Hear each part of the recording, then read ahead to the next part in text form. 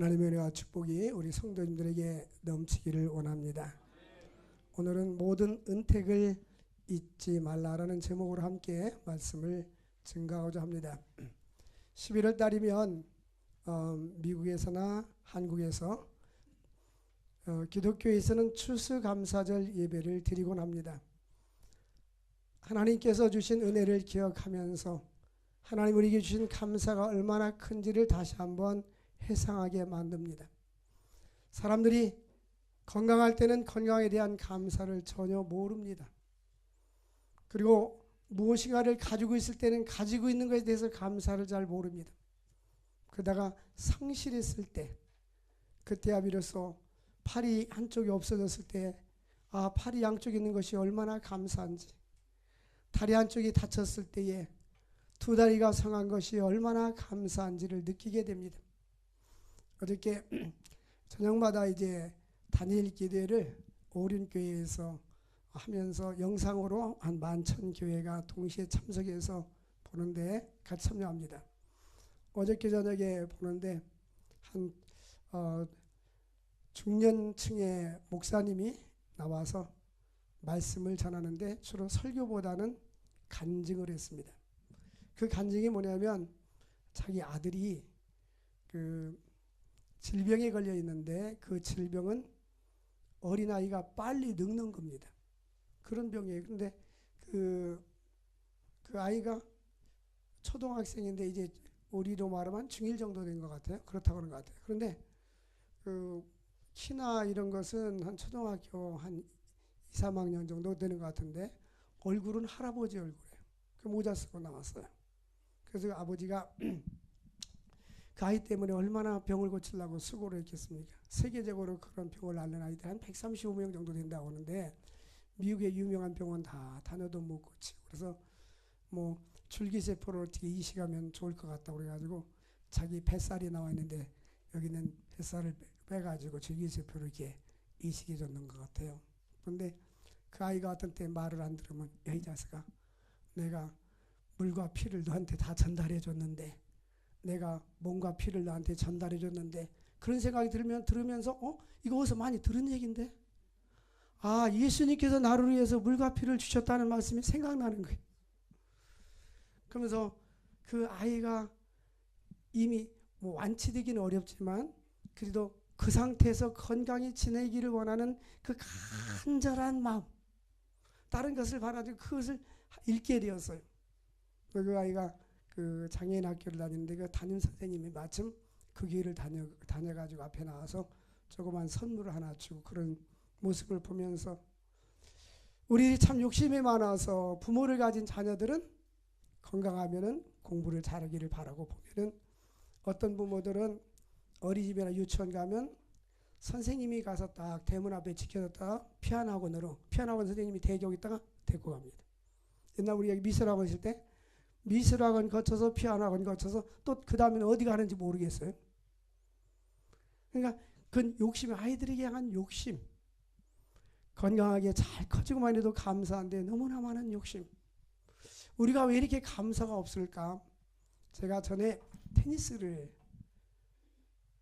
배우려고 좀 치다가 누구 경기를 붙었는데 공을 앞으로 떨어서 쫓아가려고 하니까 힘을 주다가 갑자기 힘을 주니까 좌측 다리 인대가 파열이 됐어요. 그래서 6개월 동안 목발을 짚고 다녔는데 그때 임시 장애자가 돼본 거예요. 그래서 이제 그때 미국 갈 일이 있어서 공항을 빠져나가는데, 우리 한국은 뭐 장애자 우선 말로만 하면 별로 그런 게 없어요. 그냥 줄 서가지고 한참 줄 서가지고 갔어요. 갔는데 미국 공항에 딱 내리니까 외국인 전용, 내국인 전용, 그런데 거기 있는 그 이미그레이션 그 하는 출입국 관리 사무소 직원이 미국 사람이 딱 나를 목발 짚고 오니까 내국인 전용으로 딱 와서 딱 통과시켜 주더라고요.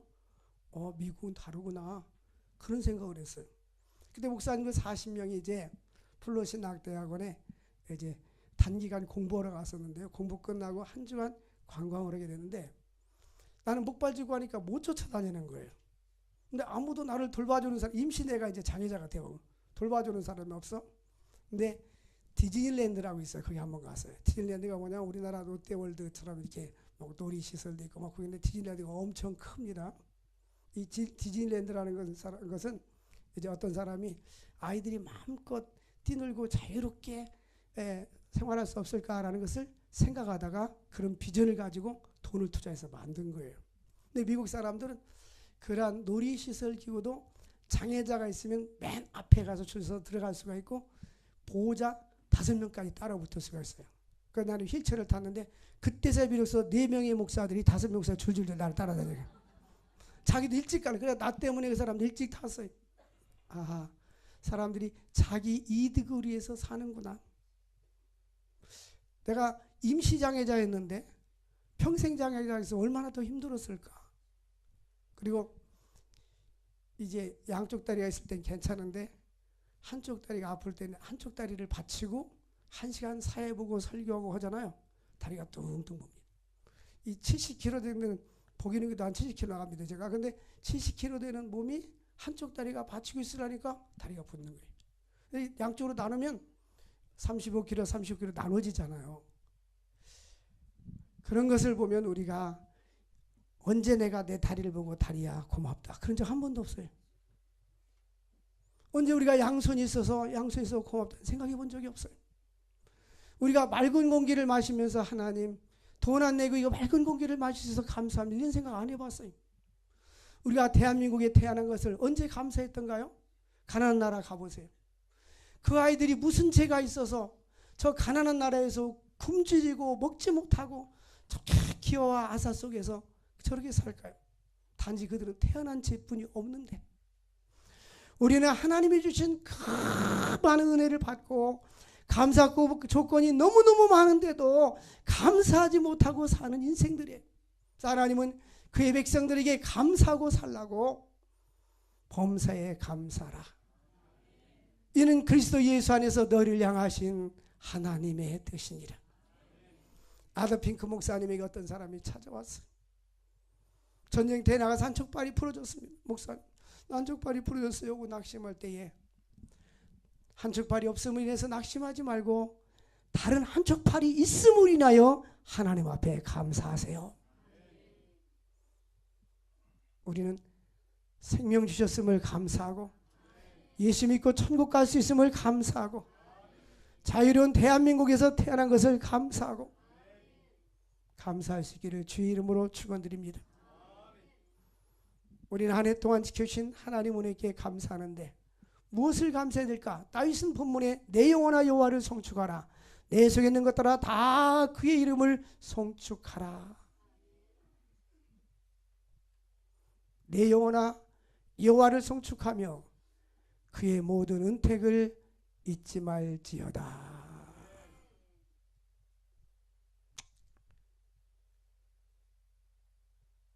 우리 딸한테 일리지 마세요. 우리 딸이 인터넷으로 볼지 모르지만 한번 우리 딸한테 얘야. 너는 아빠가 이렇게 해줬으니 너는 고마워해야 된다. 그러니까 옛날에 중고등학교 다닐 때 철이 없을 때 다른 집도 다 그렇게 해줘요. 그렇게 얘기하는 거야.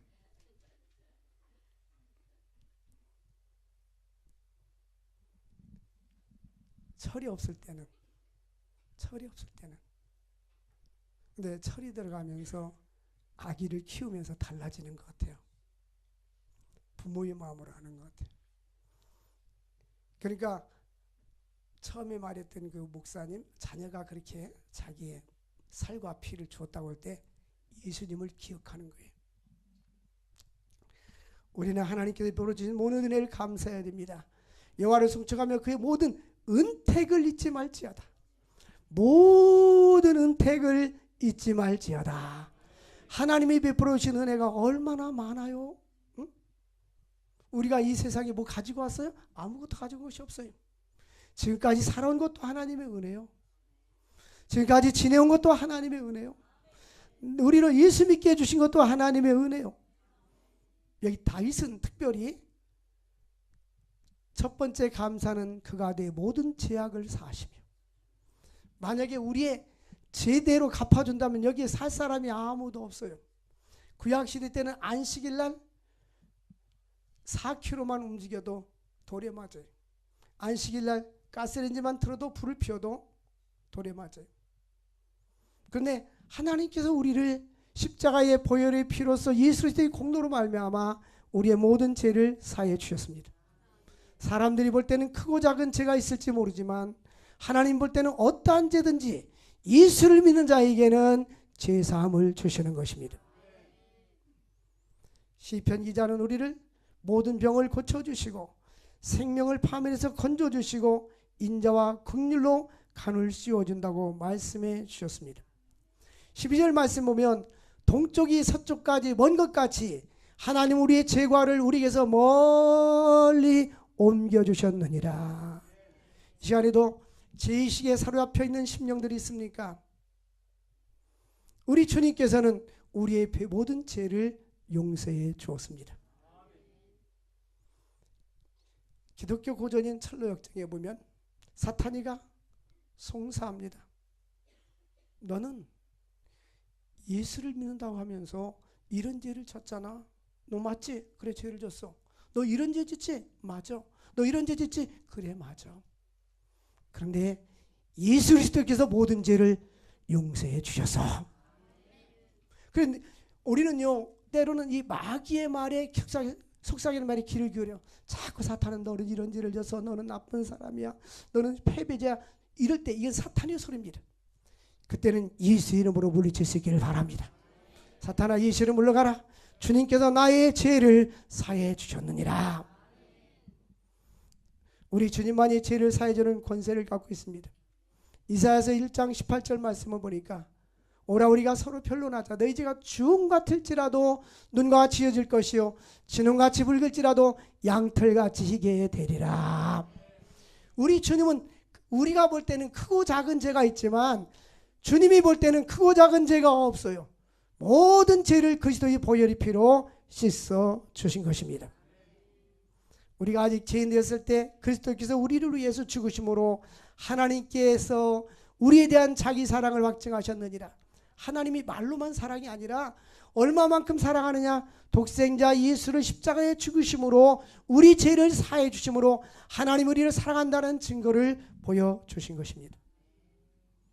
하나님께서 예수 그리스도를 보내주시고 누구든지 주를 믿는 자에게는 제사함의 은총을 주신 것입니다.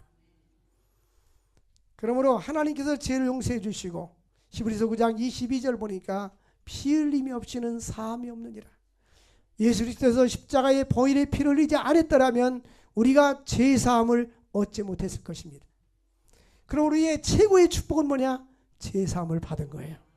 예수님만이 죄 용서할 수 있는 권한을 가지고 있고 죄사함을 받았을 때 우리의 마음은 참된 행복과 참된 기쁨이 넘칠 줄로 믿습니다. 나의 죄 사했네, 나의 죄 사했네. 우리가 사냥꾼이 올무에서 새가 벗어나는 것처럼 우리가 죄로부터 어떤 세상 욕심으로부터 자유함을 누릴 때에 참된 행복이 있는 줄로 믿습니다. 또한 두 번째는 하나님은 우리의 모든 병을 고치시고 생명을 파멸해서 건져주신다고 말씀해 주셨습니다. 여기 말씀해 보니까 3절에 그가 네 모든 병을 고치시며 라고 말씀했습니다.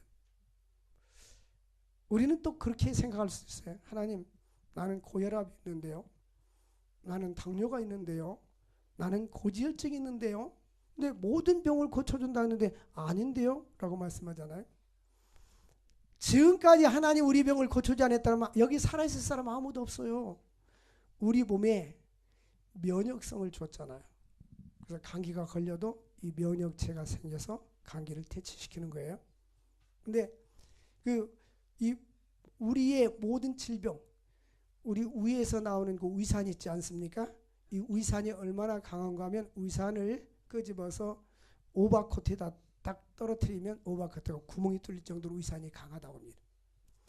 제가 가끔 목이 안 좋을 때가 물어보면 이게 이 식도 관략근이 약해져 가지고 누워서 잘 때 이렇게 올라와서 조금만 적셔도 목이 상한다는 거예요. 그래서 이렇게 경사지게 자라고. 그래서 아무 이상이 없을 때는 평지로 자고 그럴 때는 좀 그렇게 하는데요. 그때 그러면 그 대부분 약국에서 무슨 뭐를 처방해 주냐면 위산이 조금 나오게 해주는데 의사들이 위산이 너무 없으면 안 됩니다. 입으로 들어가는 병균이 위에서 해독하지 못합니다. 그렇게 말하더라고요. 그러니까 우리는 그냥 먹지만 위에서는 모든 이 병균 같은 거 잡다한 것을 다 잡아먹는 거예요. 하나님께서 우리에게 면역체를 주시고 지금까지 살려주신 것을 감사할 수 있기를 바랍니다. 내 힘으로 인생을 산 것이 아니에요. 모든 병을 고쳐주시고 뿐만 아니라 내 생명을 파멸해서 속량하시고, 이 다윗 왕은 여러 번 인생을 살면서 죽음의 위기를 넘겼습니다. 사울 왕이 다윗이 왕권을 계승하려고 다 준비가 되었고 백성들의 지지를 받을 때 다윗을 죽이려고 큰 창을 던졌는데 창이 어깨너머로 지나갔어요. 여러 번 죽음의 위기를 넘겼습니다. 그리고 아들 압살롬이 다윗이 왕이 되었을 때에 구테타를 일으켜서 아버지를 왕궁에서 내쫓고 자신이 왕궁을 차지하려고 했습니다. 그래서 아들의 군대와 아버지 다윗 왕의 군대가 전쟁을 일으켰어요. 결국 압살롬이 죽습니다. 다윗 왕은 아들을 사랑하기 때문에 죽은 아들을 향하여 내 아들 압살롬아, 내 아들 압살롬아 하면서 웁니다. 그러한 위기를 겪으면서 시편 23편에 보면 여호와는 나의 목자시니 내게 부족함이 없으리로다. 어저께 그 간증했던 그 목사님이 자기 어머니가 자기 그 병든 손자 이름을 부르면서 시편 23편을 그 손자 이름을 적으면서 여호와는 나의 목자시니 누구누구가 부족함 없으리로다 매일 그렇게 읊어준다는 거예요. 우리는 현재 나에게 주어진 이 모습 속에서 하나님 앞에 감사할 수 있는 능력이 있기를 바랍니다.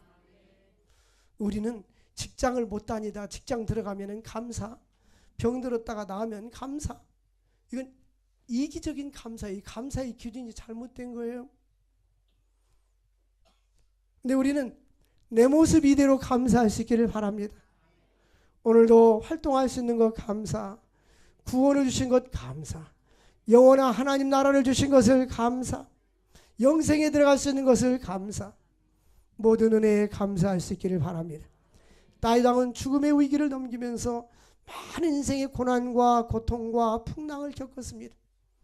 우리 인생은 광야와 같은 인생을 산다고 비교하지 않습니까?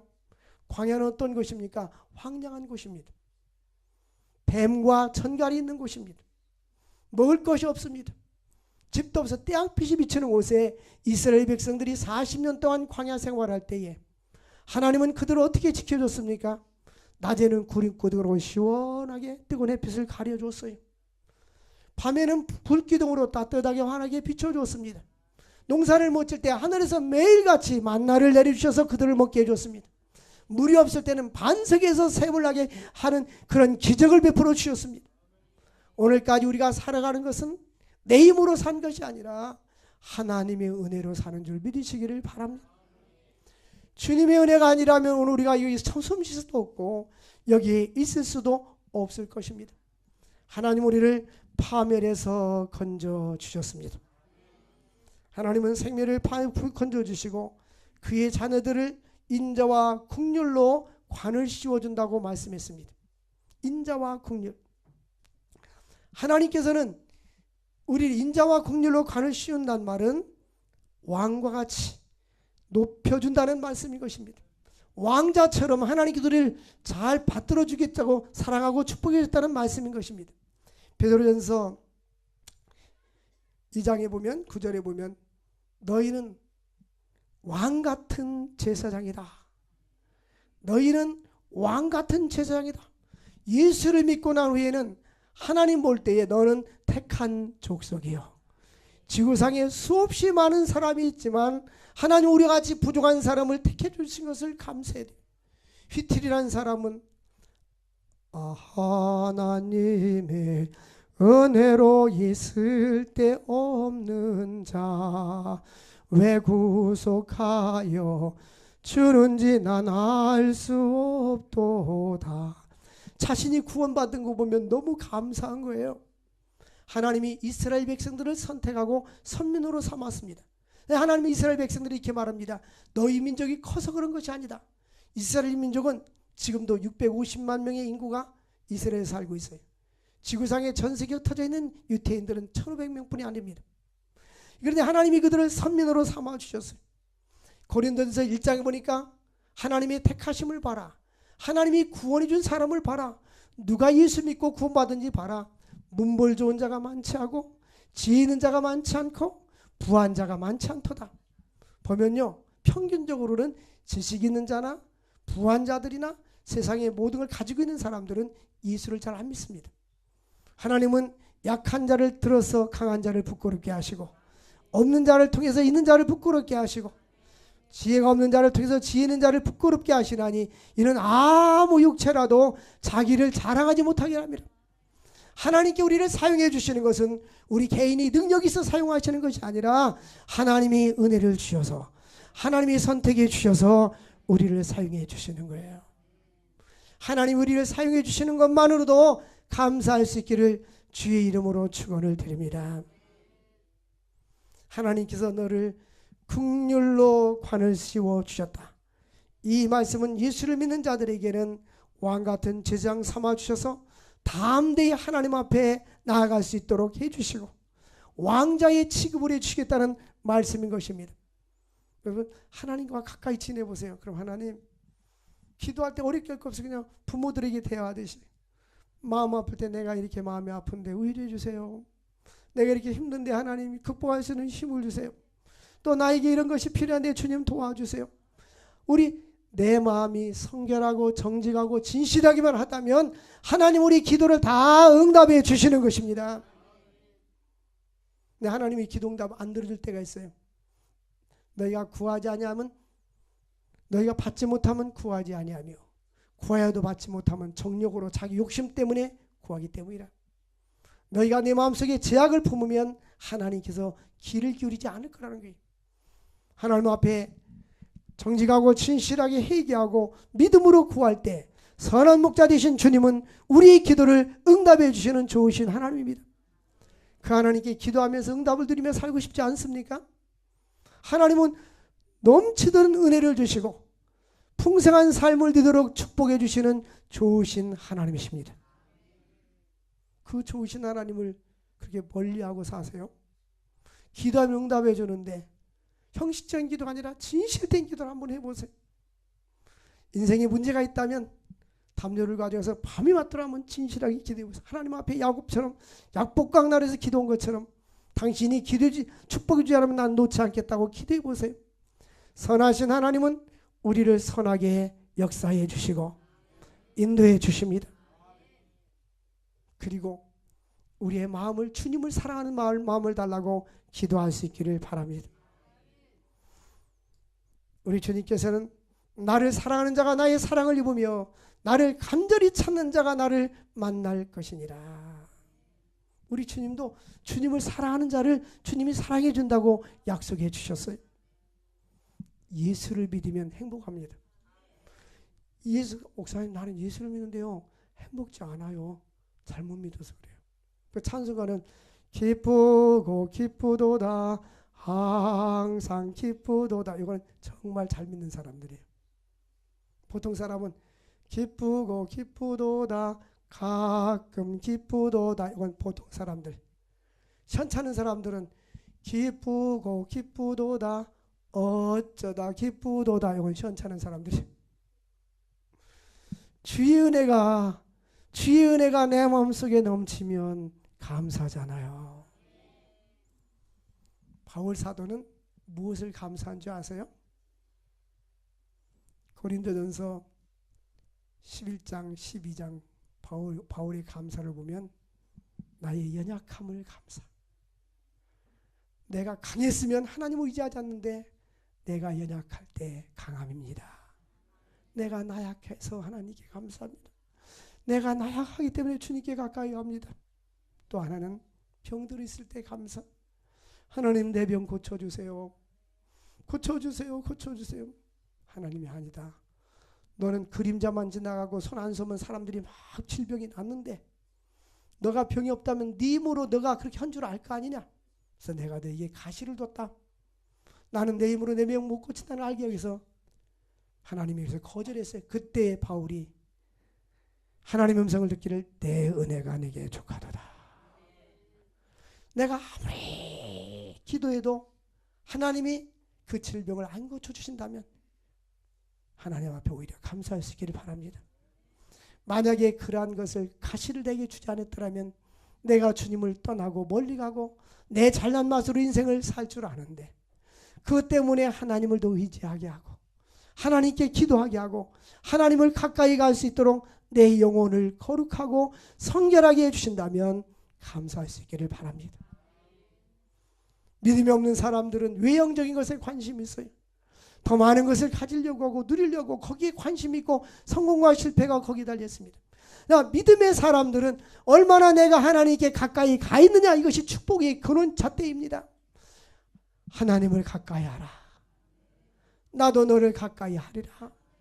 하나님을 가까이 하고 믿음으로 사는 것이 은혜요 축복인 줄로 믿습니다. 하나님은 또한 그의 자녀들에게 좋은 것으로 소원을 만족해 주신다고 말씀했습니다. 누구나 다 사람들이 소원을 가지고 있잖아요. 근데 어떤 사람들은 소원을 이루는 사람도 있지만 못 이루는 사람들이 얼마나 많습니까? 근데 하나님께서는 믿음으로 살기만 한다면 그 백성을 소원을 주는데 나쁜 것으로 들어주는 것이 아니라 좋은 것으로 소원을 만족해 주시는 거예요. 좋은 것으로 내 소원을 만족해 주신다. 나도 어렸을 때는 우리나라가 이렇게 잘 살 줄 몰랐어요. 여러분 60이 넘은 사람들은 제가 무슨 말하면 빨리 알아들을 수 있을 거예요. 1950년 6.25 전쟁이 일어났어요. 53년 휴전이 일어났어요. 휴전됐어요. 또 이제 저는 휴전 후에 태어났는데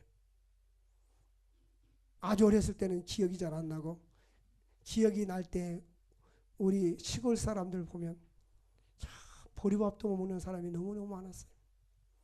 너무너무 가난했습니다. 그래서 주일학교 때 교회 가면은 그때 보리밥 먹는 것을 홍보하기 위해서 근데 교회에서도 그 노래가 들어와서 꼬꼬대 꼬꼬 먼동이 등나 복남이네 집에서 아침을 먹네 옹기종기 모여 앉아 공당 보리밥 먹는 사람 신체 건강에 붕붕.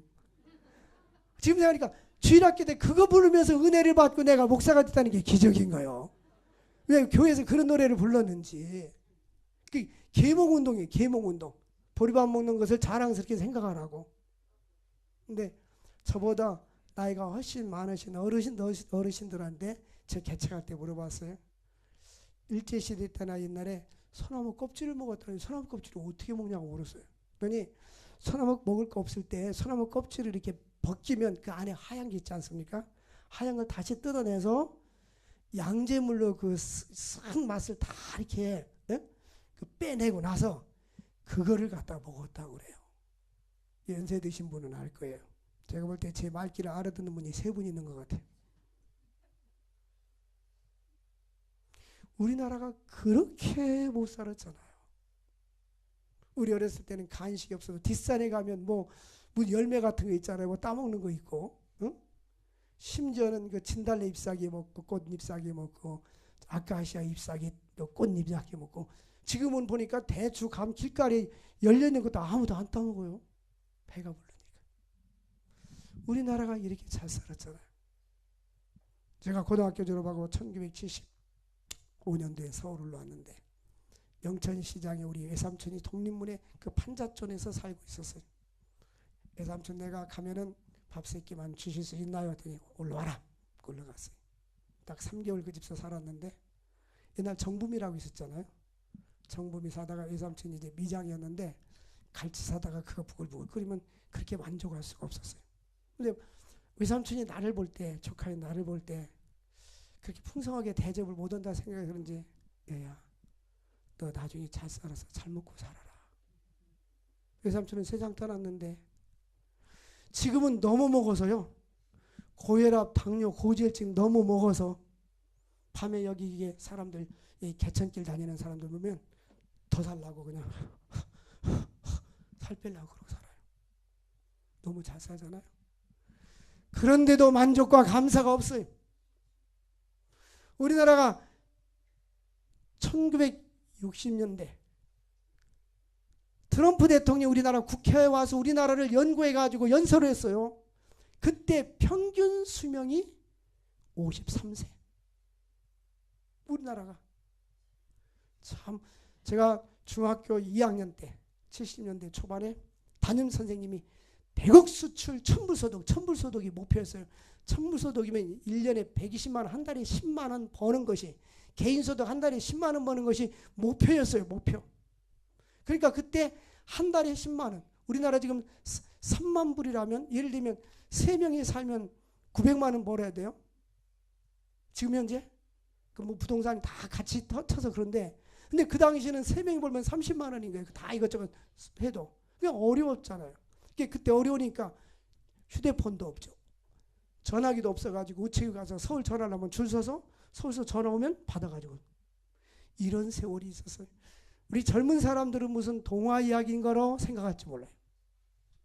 우리는 하나님의 은혜에 감사해야 되는 거예요. 이 대한민국 사람, 내가 아무리 연구해봐도 한국에 선교사가 들어와서 대한민국에 5만 교회 이상의 교회가 있고 목사들이 10만 명 이상의 목사들이 있어요. 그런데 새벽마다 모든 교회가 하나님 앞에 부르짖어 기도하는데 전 세계를 다녀봐도 대한민국처럼 새벽 기도하는 교회가 없어요. 그러니까 새벽 기도 않고 신앙생활하는 사람은 무임승차하는 거예요. 무임승차. 기도하는 사람들 덕을 입는 거예요. 만약에 기도하는 사람들이 없으면 한국교회가 절반도 아니면 절단 나버립니다. 한국교회는 누가 이끌고 가고 있느냐? 기도하는 사람들이 이끌고 가고 있는 거예요. 이 나라도 하나님이 지켜주는 거 아니겠어요? 하나님은 그때 우리 조상들이 무슨 기도를 했겠습니까? 하나님, 대한민국을 살려주세요. 대한민국을 가난해서 건져주세요라는 그런 기도를 하지 않았겠습니까? 우리나라에서 한번 영상을 제가 몇 번 보여요. 박정희 대통령 때 너무너무 가난하니까 독일에서 차관을 빌려오기 위해서 간호사들 막 보냈잖아요. 광부들 막 보내서 얼마나 고생한지 몰라요. 중동에 일터에 보내고 월남전에 보내고 그 돈을 지원받아서 경부고속도로를 살고, 이렇게 우리나라가 지금까지 잘 생긴 것은 하나님의 은혜인 거예요. 이게 공짜로 된 게 아니에요. 젊은 사람들은 눈 떠보면 스마트폰이 있고 텔레비전이 있고 냉장고가 있으니까 이게 굉장히 아무것도 아닌 것처럼 생각하는데, 60년대 조영기 목사님이 설교할 때 전 기억이 납니다. 70년대 초반까지만 해도 제가 그분의 책도 많이 읽고 중학교 다닐 때 좋아했는데, 여러분, 자녀들에게 유산을 물려줄 때 테레비 냉장고 물려주는 것을 유산으로 물려주지 말고 믿음을 물려주세요. 그때는 테레비 냉장고가 엄청 귀한 거였어요. 제가 중학교 다닐 때는 우리 가스산 면에 텔레비전 있는 사람이 한 명이에요. 의사 한 명. 그래가지고 기밀이 권투 시합 한다면 그분이 텔레비전을 마루에다 내놓으면, 그때는 이 전파가 안 잡히니까 저 산꼭대기에서 안테나 세워가지고 줄을 이렇게 지지직 흙박으로 잘 보이지도 않는데 대충 주먹만 왔다 갔다 하는 것만 보여요. 그거 보려고 온 사람들이 마당에서 그냥 서가지고 그걸 보고 있었어요. 그런 세월을 보냈는데 지금 얼마나 만족해. 그리고 우리 집 앞에 우물이 있었어요. 우물이 있었는데 동네 사람이 다 우물을 파다가 그걸 가지고 먹었어요. 근데 지금 생각하면 지붕이라도 만들어야 되는데 그땐 지붕도 없어서 비 오면 빗물 떨어지는데 그거 먹고 살았는데도 이렇게 지금까지 산 거 보면 하나님 은혜 아니겠어요? 동네 사람 비 오면 비 오는 그대로 빗물 받으면 이렇게 좀 지붕 좀 만들지. 지금 생각은 나도 왜 어렸을 때 그 생각 못 했는지. 어른도 못 했는데 내가 했겠어요? 근데 지금은 수도꼭지만 틀면 물이 나와. 쌀 이렇게 해가지고 그냥 귀찮으면 GS24 가지고 햇반 사다 누르기만 하면 또 밥이 나와. 앞으로는 로봇가요, 밥 먹여주는 로봇도 나올 거예요. 이렇게 좋은 시대에 살는데 사람들의 마음은 만족과 감사가 없단 말이에요. 너무나 풍요를 누리고 살아요. 외국에 있는 선교사님들 한국에 오잖아요. 야, 문명의 시대에 온 것 같다. 후진국 하면 유럽 선교사들도 깜짝 놀래. 과거에는 격차가 엄청 심했는데 한국이 지금 앞서가고 있어요. 하나님의 은혜입니다. 감사해야 됩니다. 주께서 주신 모든 은혜 나는 말할 수 없네. 눈물의 빵을 먹지 않은 사람들은, 고난의 빵을 먹지 않은 사람은 인생을 논하지 말라겠어요. 셰익스피어가 한 말입니다. 그런 거 생각해 보면 지난 월요일 저녁에 와서 부흥회 강산 한쪽 팔 없는 그 목사님이 너무너무 가난해가지고 신학교 다니는데 버스비가 없어가지고 그때 토큰인데 버스 정류장 3개만 2-3개만 가면 하루 토큰이 주어진대. 그때는 저 차장이 있어가지고 오라이 하다가 이렇게 받다가 놓친 거 꼭 나온대. 2-3개는 꼭 주는데요. 한 정거장, 2정거장, 3정거장 주면 한 4-5개 준대. 그럼 그놈을 주워가지고 새벽 일찍 주워가지고 하루 학교를 갔다 왔다. 물론 안 그러고 또 잘 사는 사람도 있었겠지만 우리나라가 그렇게 경제적으로 어려웠는데 지금은 사회복지가 잘 돼서 어려운 사람들을 지원해주고 있지 않습니까? 하나님께서 우리의 소원을 만족해 주시고 내 청춘을 독수리같이 새롭게 해주시는도다. 없는 것 때문에 낙심하지 말고 하나님께서 지금까지 베풀어 주신 그 은혜에 감사할 수 있기를 주의 이름으로 축원을 드립니다. 13절 보면 아버지가 자식을 긍휼히 여긴 같이 여호와께서 자기를 경외하는 자를 긍휼히 여기시느니라. 15절 말씀이니까 인생은 그날이 풀과 같으며 그 영화가 들의 꽃과 같도다. 인생은요 들의 꽃과 같아요. 죄송한 얘기지만 제가 대학원에서 일반 대학원에서 대학원 전체 회장을 했어요. 경선해가지고 제가 이겼어요. 근데 그것도 더 하고 싶더라니까. 야, 그래서 내가 별것도 아닌데 들의 꽃과 같이 풀과 같이 그 영화가 들의 꽃과 같이 지나간다. 그는 바람이 지나가면 없어지나니 들의 꽃 같은 거 이제는 며칠 있으면 이 국화도 일주일이 지나면 다 시들어 버리듯이 우리 인생은 영원한 것이 아무것도 없습니다.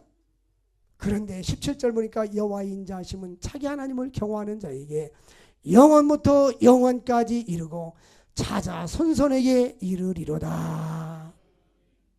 하나님을 경외하고 예수 믿는 축복을 누릴 수 있기를 주의 이름으로 축원을 드립니다. 오직 주의 사랑에 매여 찬양하고 기도합시다.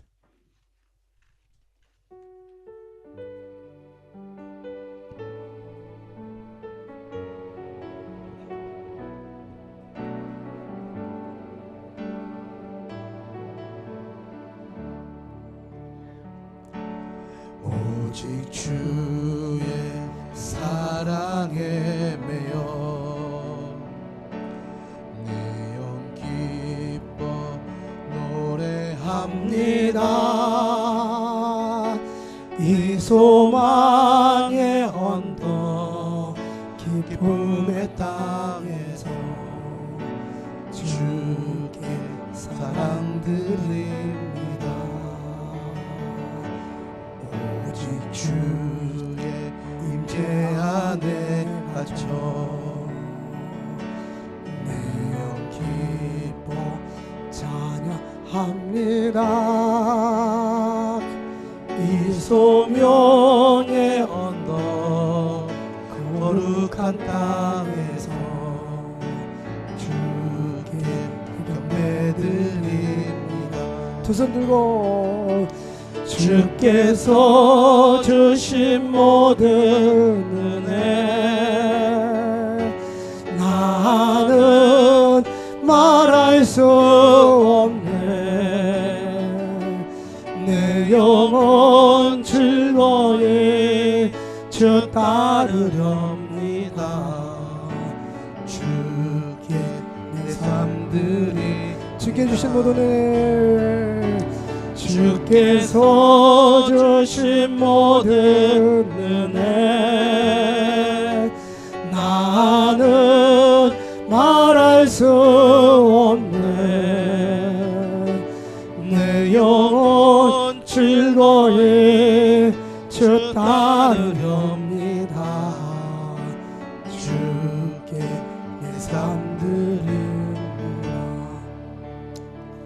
우리 하나님께서 주신 은혜에 감사하는 삶을 살게 달라고 감사하지 못한 죄를 회개하고 늘 감사하며 살 수 있게 달라고 주여 우리 기도합시다.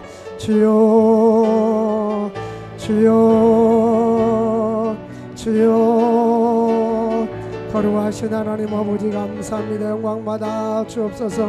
주의 은혜로 충만하게 하여 주옵소서. 아버지 주여 역사하여 주옵소서. 우리 주님 놀라우신 주의 노로 함께하여 주셔서 아버지께 영광 돌리게 하여 주시고 하나님의 거룩한 뜻을 이룰 수 있도록 우리 주님 역사하여 주시옵소서. 주여 영광 받아 주시옵소서. 오 주님 영광 받아 주시옵소서. 주께 주신 모든 은혜를 감사하며 살게 하여 주옵소서. 대한민국을 축복해 주심을 감사하게 하여 주시고 오늘 우리 있기까지 하나님의 은혜를 감사하는 저희들 되게 하여 주시옵소서. 생명 주셨음을 감사하고 하나님께 영광 돌리는 삶을 살게 하시고 주께 가까이 나아가시는 죄를 있을 수 있도록 은혜와 축복 나리워 주시옵소서. 하나님 감사하지 못한 죄를 용서하여 주옵소서. 늘 감사가 넘치는 삶을 살게 하시고 생명 주시고 지금까지 은혜 주셨음을 감사하는 우리 모두가 될 수 있도록 은혜 나리워 주옵소서. 예수님의 이름으로 기도합니다. 아멘. 327장 찬양하겠습니다.